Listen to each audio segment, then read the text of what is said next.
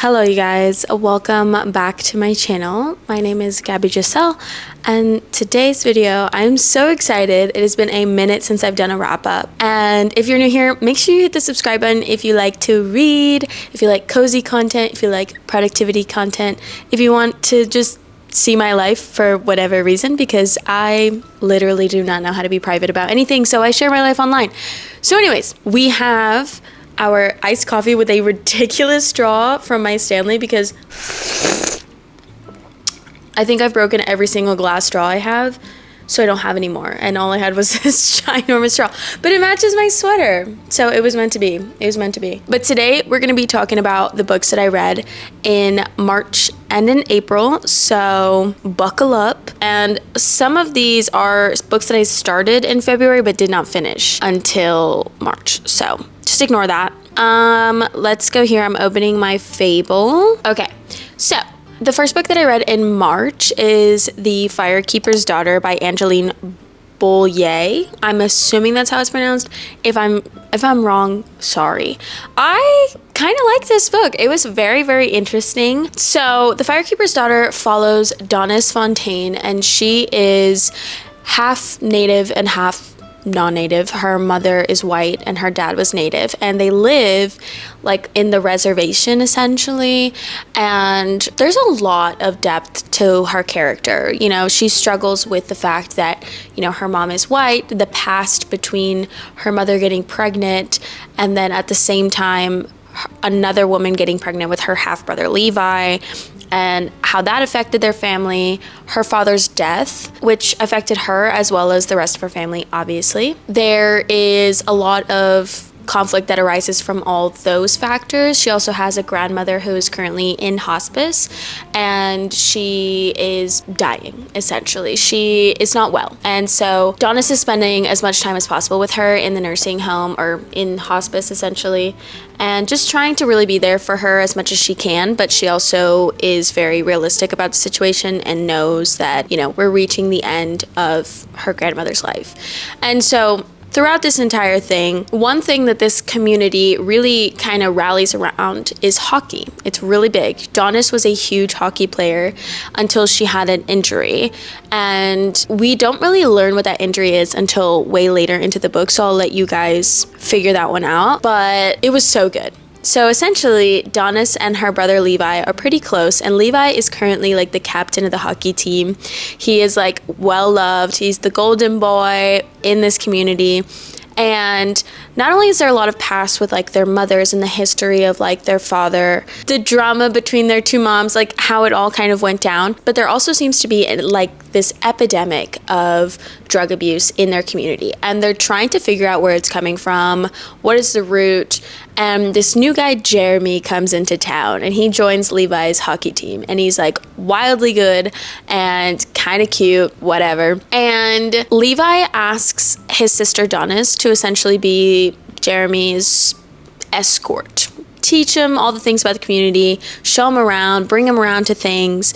And she finds out some stuff about Jeremy that kind of leads into this whole other plot, this whole drama. We go on a whole adventure, and it is so interesting, and it felt very real. So yeah, it was a really good book. The ending ties everything into a knot. It's also a story of like a young woman in her 20s kind of finding herself and coming to and being at peace with all these different things in her life, all these different facets of her life. You know, the drama with her mother and her father, the loss of her father, love, her own, you know, heartbreak and heartache, her relationship with her brother, her relationship to herself. It is a really beautiful story that encapsulates all those different themes, but it sort of centers around Donis's learning of herself and just this sense of ease within the uncertainty of life, and how things can just kind of come at you and take over your life, and you have to just handle them all with grace as best as you can and with a calm nature. And yeah, it's just one of those stories that like genuinely feels like somebody told it to me. And I really liked it. So I gave The Firekeeper's Daughter 3.5 stars, and I would recommend if you want something interesting and fun. Apparently, according to Fable, it's being turned into a movie by Barack Obama and Michelle Obama's like movie studio. I guess I didn't know they had a movie studio, but apparently they do. So the next book was written by a Filipina author, and her name is Elaine Castillo, and that is going to be Moderation. I cannot lie to you. This book was not my favorite, and I would not recommend it.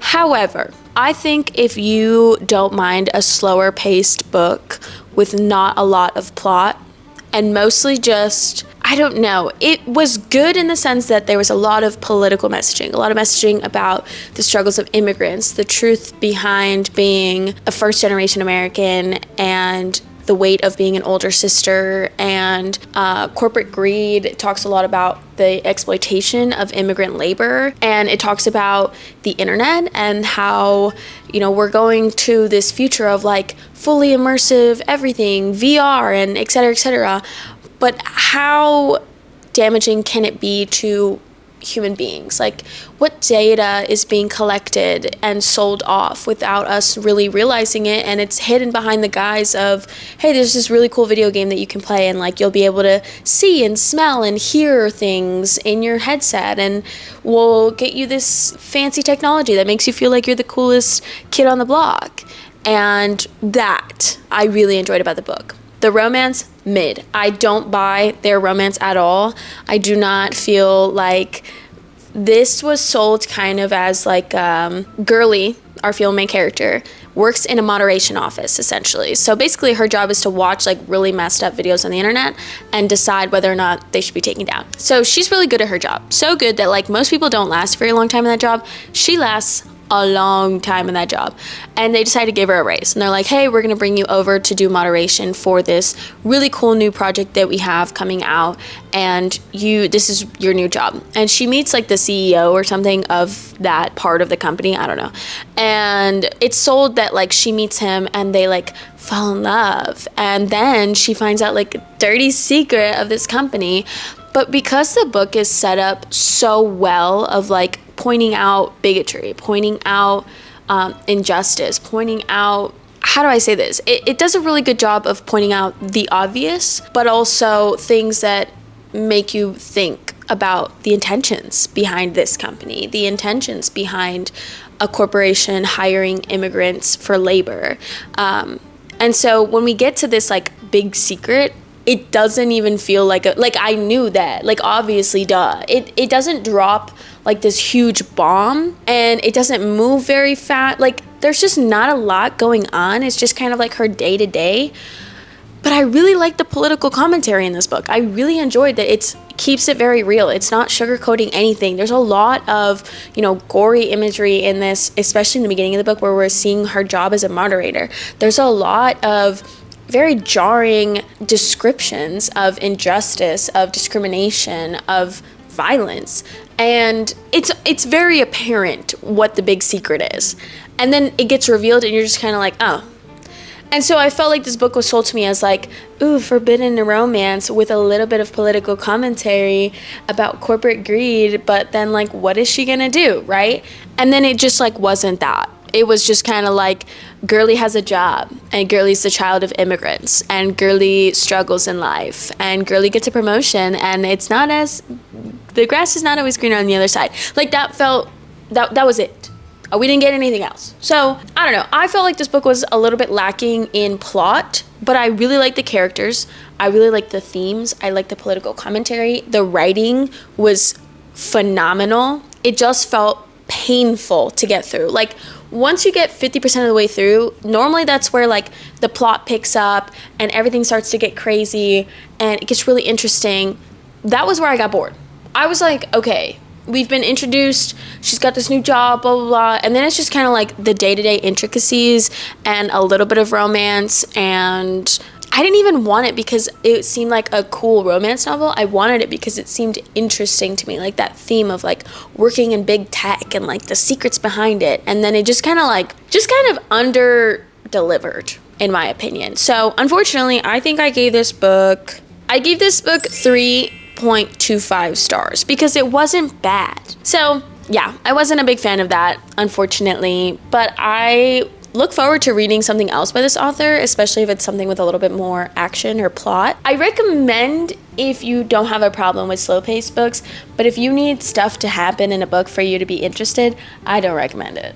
Okay, now this is where we're getting into the good stuff. So, in the month of March, the next book I read was Nocticadia by Keri. I ate this book up. I saw this on TikTok probably 3 years ago now, back when it was just a paperback, and I think it was like indie published. You could only buy it on Amazon, and I was like, oh, that sounds really good. But then I kind of fell out of the phase of like dark romance, dark romantasy. Like I kind of fell disillusioned with the genre because there's a lot of, to put it not so nicely, hot garbage just being pumped out. And I am a fan of hot garbage if it's a good time, but 9 times out of 10 I just feel like the Romantasy books that are being put out recently have just been so boring. I said what I said, but this is so good. Okay, this is like dark Romantasy, okay, but with like a gothic science vibe behind it. I loved it. I thought it was gonna be magic. Okay, I thought it was gonna be like fantastical with magic and stuff like that. No. This is about like diseases, which as somebody who has trypophobia, I don't enjoy anything about diseases. I don't want to know anything. Ugh, I just thought about it. I can't think about it. I'm getting chills. I have trypophobia so bad that it makes me sick. So I cannot think or talk about it ever. So moving on, but this was so good. I really liked this. I think I rated this 5 stars. Okay, this was a 5-star read for me because Dr. Bramwell, be so for real. He was hot, he was sexy, he was smart, he was rich. There was a secret society. Like, who touched you? It was just, who did this to you? It was just everything I want in a fantasy romance man. Like, he was so gorgeous. And I saw a post a couple of weeks ago, maybe like a month ago now, and it was like, as somebody who read so much Harry Styles fan fiction as an adult, whenever I read a romantasy, it's always Harry Styles, but not like Harry Styles now, because now he's like baby girl. Back in the day when he was in his like hot, muscular, kind of longish hair, black t-shirt, black skinny jeans, Chelsea boots era, like that's what I envision like every MMC to look like ever. I swear to God, except for like Zayd and Ryerson, it's usually Harry Styles. Like it's usually just that like 2016, 2015 version of Harry Styles.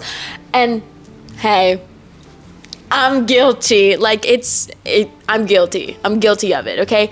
So essentially, let me tell you what this book is about. Now that I'm done ranting about Harry Styles, we won't even talk about how he just got engaged. I don't want to talk about it. I'm grieving. Leave me alone. Okay, so this book follows our FMC Lilia, and she has something very traumatic happen to her in her like teenage years with her mother. Her mother succumbs to some sort of disease, which kind of ends up sending her mom down like a crazy psychotic spiral.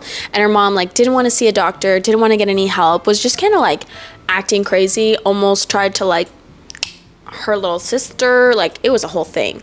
And eventually she passes away. And Lilia is left trying to work a job, go to school, and pay for her sister's schooling while living with like her stepdad, sort of. Like her mother and him were never married, but like he's sort of a father figure in her life, but she also has never met her father, right? And she is basically just working a janitorial job in a hospital, trying to go to school so that she can study diseases and whatever, make a difference, and hopefully figure out what really happened to her mom, because she's suspicious that what the doctor said happened to her mom didn't really happen to her mom. She thinks that something suspicious happened surrounding her mother's death. So she's like, I want answers.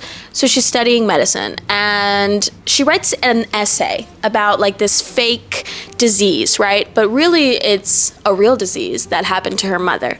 And when she submits it and her professor calls her in, he's like, I want you to explain to me how you came up with this disease. And she's like, oh, I just made it up, like blah, blah, blah, whatever. And he's like, I know you're lying. And I know this disease. I think that this could possibly be Noctiosoma. And he's like, this is a very special disease, and it typically only affects people on Nocticadia Island. And so I am going to submit this to my connections over at Nocticadia University and see if they will accept you into their program so that you can study this and get answers for whatever reason you need answers for, right? But he suspects it's like what happened to her mother because he knows that her mother's dead, etc., etc. Essentially, she gets accepted into Nocticadia University, and it is this gothic, old, like secluded university, and there she is admitted into a class that is probably not where she should have been, but because of her essay, she gets put into his class. That's gonna be Dr. Bramwell's class. And Dr. Bramwell is like evil mad scientist, but like not necessarily evil, more like morally ambiguous, morally gray. And he is studying Noctiosoma, and he has been for a very long time.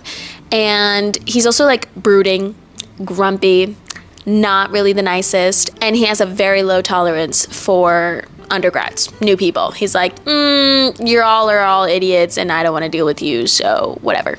So he gives Lily a really hard time in the beginning, and then eventually something happens, and she is able to sort of hold it over his head and be like, hey, you're gonna help me with this because I need it, and if you don't, I'm gonna tell people what you've been doing. And he's like, fuck. And he does it anyway. So she becomes his lab assistant in all of this. And then, of course, there is a professor-student romance. And it's so good. And yeah, I really enjoyed this. I thought it was so good. 5 stars. 5 fucking stars. Okay, now, the next book I read, I don't think it's trad published. I don't think that you can buy the physical anywhere. But in the back of the Kindle book, okay, for Nocticadia, which I read a lot of it on Kindle, especially like at night, there is a novella called Phobia by Keri. And this follows Lilia's little sister, Bea, okay? And she, I think her real name is Beatrice, something like that. And essentially, she is at like a special school because she has like a lot of trauma and like mental health issues. So she has to go to this special school where she can get special attention and like medical care and psychiatric care, but also be in like a really good learning environment where people are not going to bully her because all the kids there have something wrong with them. And so she's at this sort of like boarding school.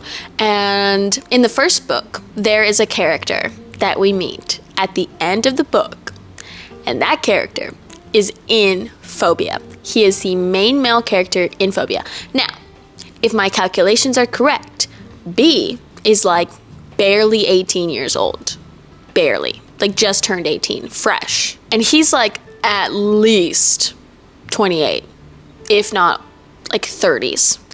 And that is the only reason why I did not like this book. Because I just cannot. It feels very wrong and predatory. I'm sorry. I just think that before the age of like 21, you should not be dating anybody with like a bigger gap than like 3 years between you, okay? Like 10 years between you is crazy. And I don't know, I just didn't like it. So I gave it 2.5 stars. It was short and like I liked the plot. I just wish that this was like in the future and Bea wasn't like freshly 18 and he wasn't her teacher. Like, it's just, when we're talking like below the age of 21, I just feel like you should not be dating anybody that's super old. I would have given it 2 stars if I didn't like the plot. And that just means that a book is just like, okay, but not for me. So would I recommend it? Yes, because if you like Nocticadia, it will interest you. But did I like eat up the romance? No. There barely was any romance. It's like a 150-page novella. Okay, cool. So now the rest of this list is bangers. Okay, we got nothing but bangers, except for one, for the rest of this video. So get excited. Okay, get excited. Okay, so the next book that we have on our list is The Astral Library by Quinn. I absolutely loved this book. 5 stars all around. Cheers. Yay. Let's go. Good job, Quinn. This book just came out. Okay, this is a fresh new release. All right. And I saw the premise of this book on NetGalley a couple of months ago, and I applied for the ARC. I didn't get it. But that's okay, because I bought the book anyways. And I really love this book. This book, if you are a book lover, okay, of any sort, you're going to enjoy this book on a complete, just different level from anything else, because this is a book about book lovers. This is a book for book lovers. This is a book lover's dream in a book, okay? Essentially, this book follows our female main character, Alex, and she is a foster kid her entire life. Her mom essentially kind of abandons her and leaves her for a man. And her entire life she wonders like what happened to her mom, but because she's a broke foster kid, she's struggling. She works part-time at a coffee shop. She barely can afford rent. She does like odd jobs. She also works part-time at a library. She loves reading. She loves escaping to book worlds, and her mother was also a reader, and it's just like she's the ultimate book lover as well. Slowly, her life starts to fall apart, and one day she goes to the library and she's kind of having this like existential crisis, and she walks through a door and bam, she walks right into the Astral Library. Now, the Astral Library is essentially an escape for book lovers when they need help. And it's an escape for people who are maybe in unsafe situations, people who are unhappy with their lives, people who would probably be better off and happier living in book worlds. That's exactly what you can do in the Astral Library. You get the rest of your life or longer to live in books, essentially. You can pick a book and you can just live in it. You don't get to be the main character though. You don't get to change the plot, but you get to be witness to all of your favorite characters and your favorite worlds. Hello. And so the Astral Library holds all books that have ever been written and that ever will be written. And so you get to pick 3 books total. And Alex is like, great, I'm going to go and I'm going to adventure, because she's never left. I don't remember where this book takes place. I want to say Boston. Yes, Boston, the Boston Public Library. And so she is like, I want to adventure. And she meets the librarian, essentially. And the librarian is like the keeper of all the books. She's in charge. She helps people get to their worlds and whatever. And as she's speaking to the librarian, a little red slip kind of just falls out of this like fax machine or whatever. And it says that there's a board meeting, right, for the library board, right? And Alex is like, who's the library board? And the librarian's like, that's a question for the library board. None of my business. Anyways, what book do you want? And then there's a crisis that happens. And Alex and the librarian go on an adventure. And it is such a wonderful, beautiful story. And I don't want to tell you anymore. I just want you to read this book. You have to. You have to. If you're this far into a video about books, you're a book lover, okay? And I'm telling you right now, this book is for the book lovers. This is for the book lovers. You're going to eat it up.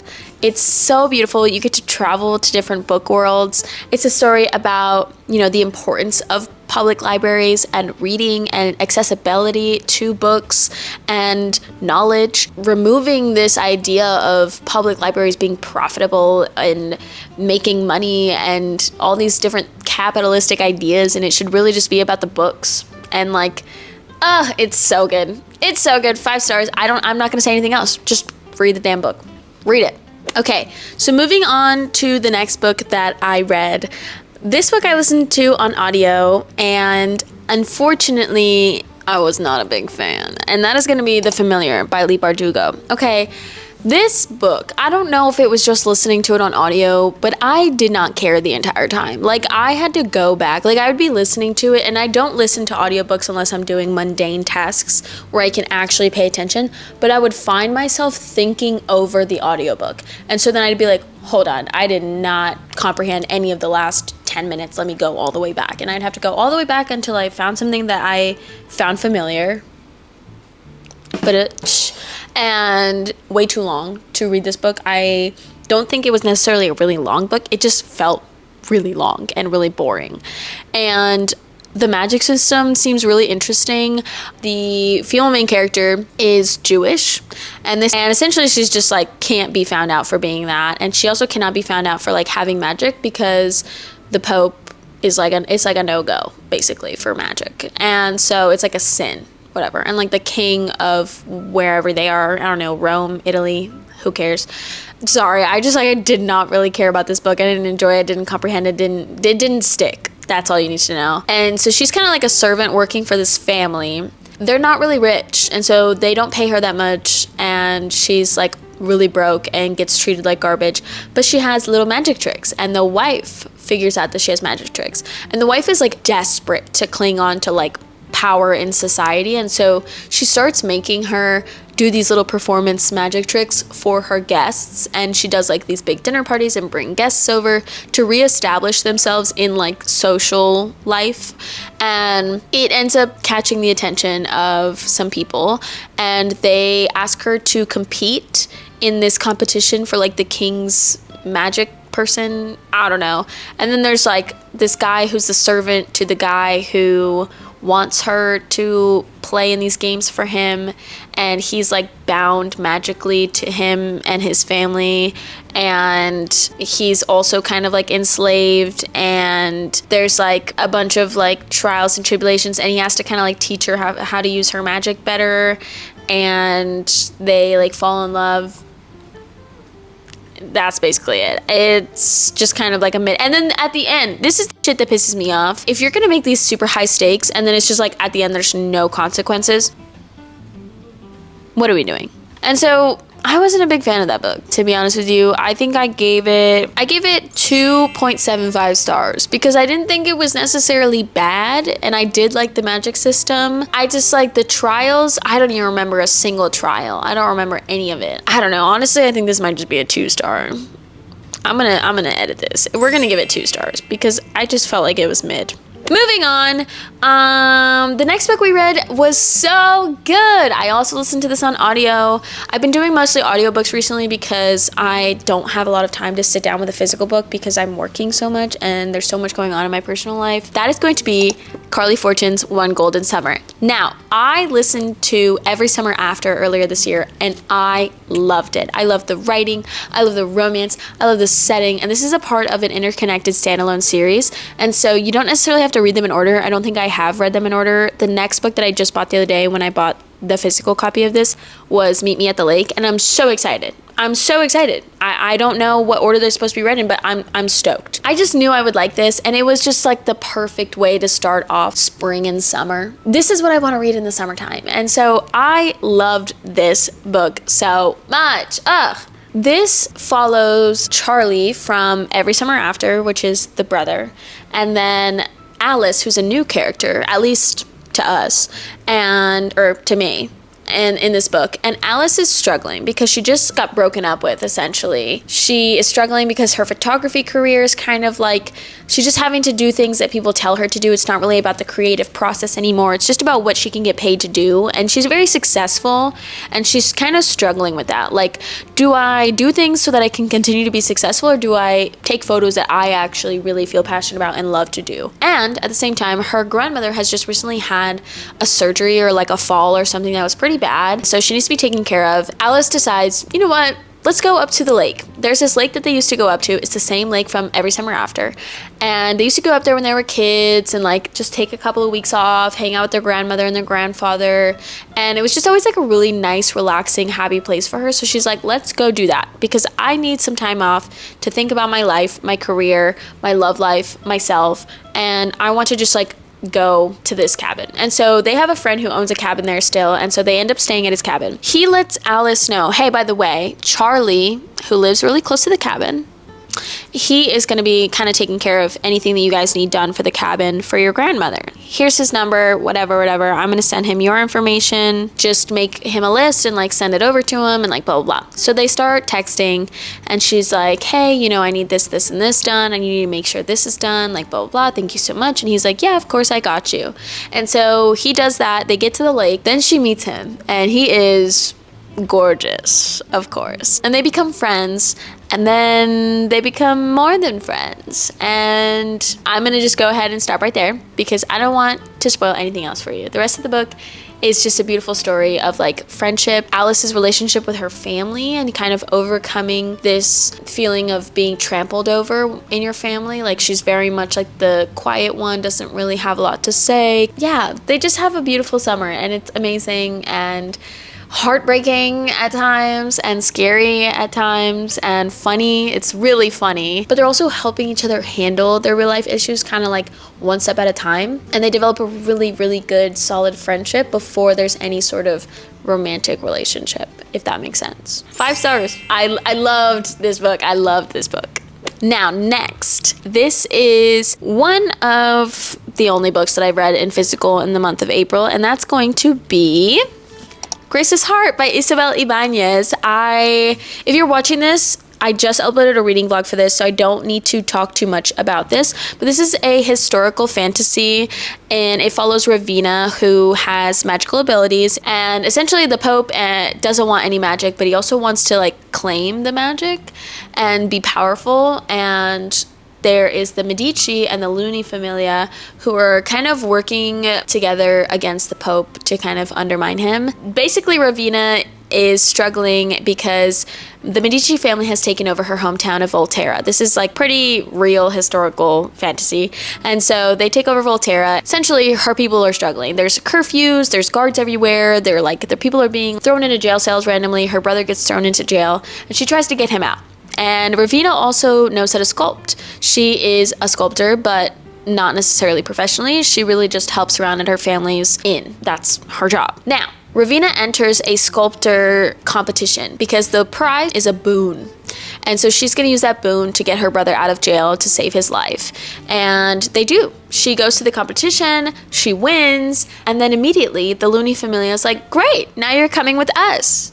And she's like, what do you mean? And they're like, you're coming with us, Queen. That's the prize. You get to come with us and be associated with us. And at the end of this, you'll have all the money in the world and all the status for being associated with us.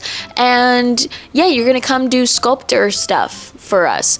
And turns out they need a lot more than just regular sculptor stuff. And I will let you read the rest, or if you want to watch the reading vlog, I do talk a lot more in depth about the plot and the romance and all these other things. But of course, there is a hot, sexy, long, dark hair, beautiful fae man who's like brooding and powerful and strong and sexy and all the things. So you already know, I ate this up. But this is my first time, I think, reading a historical fantasy, and I really enjoyed it.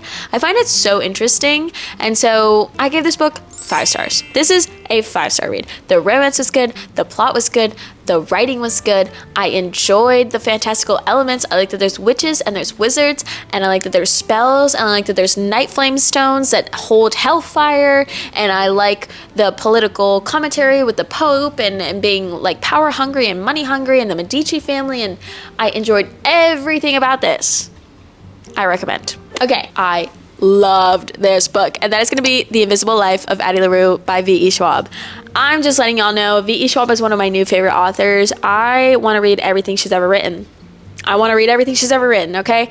I have owned this book. I got this book for free secondhand from somebody a couple of months ago, and it's just been sitting on my shelf, and I was like, ugh, whatever. But because I've been like super busy and I've been trying to get back on Libby and get my audiobooks rolling and making sure that I'm constantly reading every single day, whether that's audiobook, Kindle, or a physical book, I stumbled upon The Invisible Life of Addie LaRue being available on Libby immediately, and I was like, that's crazy. I'm listening right now. And I ate it up. That book started very slow. Don't get me wrong. It wasn't like a super fast-paced book in the beginning. It was just kind of like, okay.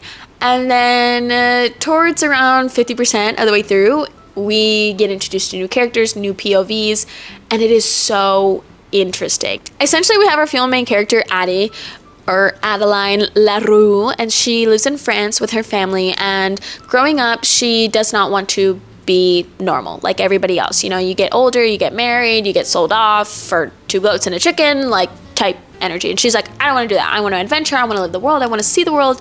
And they have this neighbor. Her name is Astral. And Astral is a single woman who prays to the gods of the earth. And she believes in nature and the power of, you know, the wind and the trees and the flowers and growing things in your garden. And she's just this very like eclectic, wise, older figure in Addie's life. And she looks up to her so much. And so she doesn't want to be bound by marriage. But of course, the time comes, she needs to get married. And leading up to her wedding day, she sits and offers prayers and trinkets and things that she owns to the gods during the day. And Estelle tells her, when you pray to the gods, you must humble yourself, but never pray to the gods that answer after dark.